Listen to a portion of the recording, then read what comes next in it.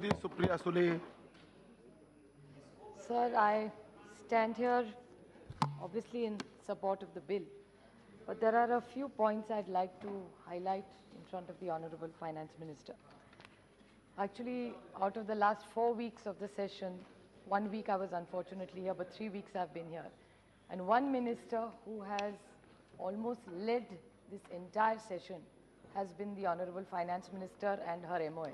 I would like to compliment this team because they have been, I think, the champions. The maximum bills that have been passed, I think, whether we like, we agree or we disagree, have been championed by the Finance Ministry. So I appreciate the efforts that they have made. And I do understand, which I said earlier also in my speeches, that this is not, I'm sure she wanted to be in this position. She is actually sitting on a very powerful seat, but it's full of thorns, unfortunately, because she has been put into that role and shown so much responsibility in a very difficult situation of the economy. So I do understand she faces a lot of challenges while navigating through this very difficult, turbulent times that India is going through economically. It was strange that P.P. Chaudhary from the Treasury said that he's unfortunately not here, but the happiness index has gone up. I have no idea where he's getting data from, but I would definitely like to put it on record that the happiness index of this country has gone down and the hunger index has gone up. So I think that's what we really need to consider. That's where it is. It's gone. It is 1 pointer. That's not very laudable. Anyway, in your opening, there are a few very serious points that you muttered, which I'd like to ask clarifications for. You talked about BSE, banking, brokers, insurance, IT, all taking advantage of the tax benefits. Now, the legal jurisdiction of all these investments is in India, but the entire physical is all out of the country because they invest globally. So the monies are not necessarily always parked here and the benefits are not here.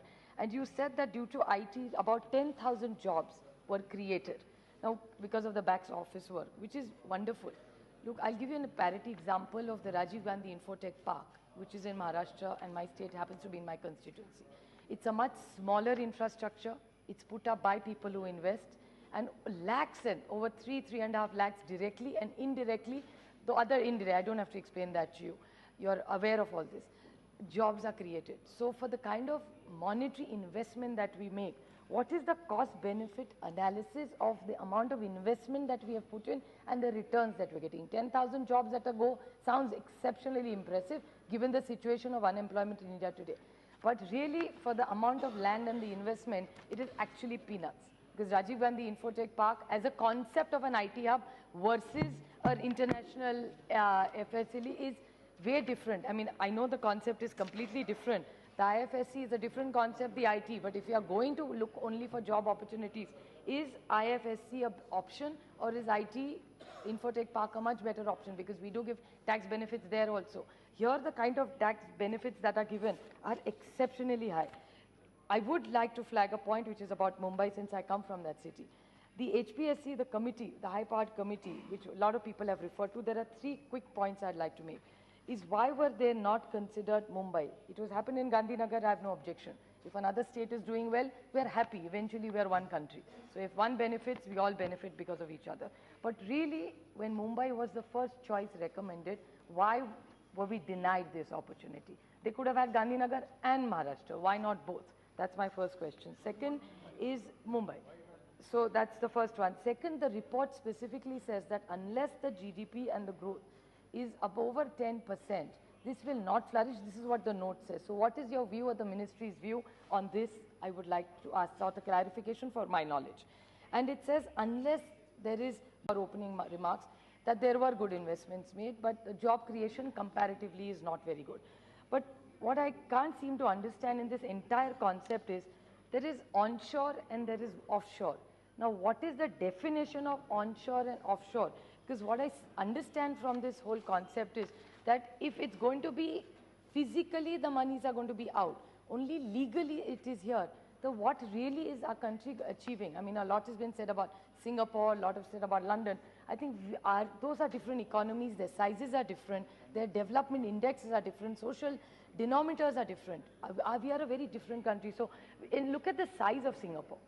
What applicable to Singapore is not applicable to India with the sheer number of people. So it's for oranges to oranges are compared. You can't come oranges to peaches. So really, can you clarify to me that Singapore had a policy? It almost makes this pocket out to be a tax haven. I mean, that's what my little limited knowledge of finance explains to me.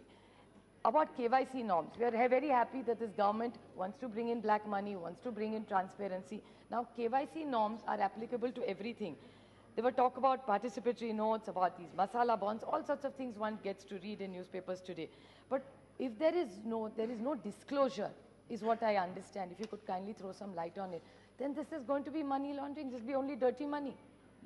We don't know where it's coming from, where it's going. It's international. There's a huge tax benefit. Who are we giving this tax benefit to? Or is it just money round tripping? It's going from here and coming in from somewhere else. So the loss is India's loss. It probably, maybe it's not their good dirty money coming by another way. But are we allowing this? This is just a few doubts. If you clear them and put them on the table, I think all this can be rest assured.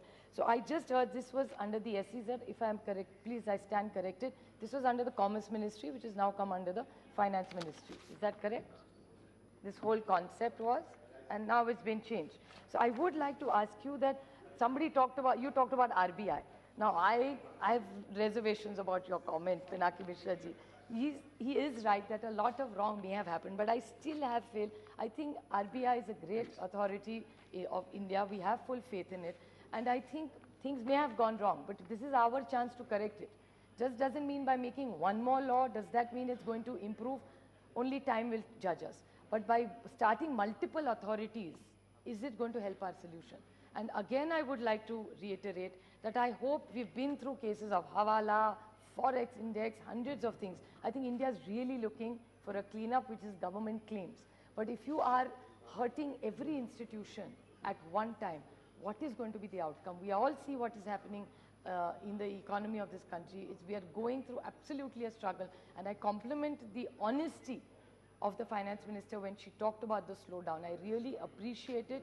She has actually got this job in the most troubled times, and I wish her only luck, because her performance is not about only opposition and people being in power, but my country gets affected by all these performances and decisions.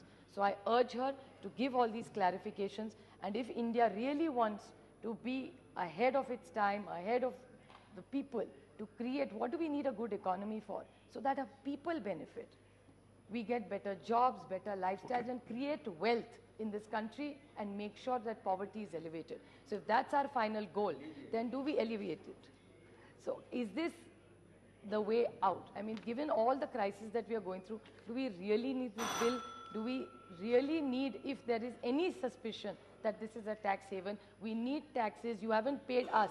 This entire morning was about GST payments not given to our states. Even my own state is suffering because of that. So I urge the Honorable Minister to look into this address and please kindly clarify. We do not need a tax haven in this country. What we need is a transparent and a fair. You take pride in making people pay tax. Everybody's happy to pay tax as long as it's fair and it's just. Thank you.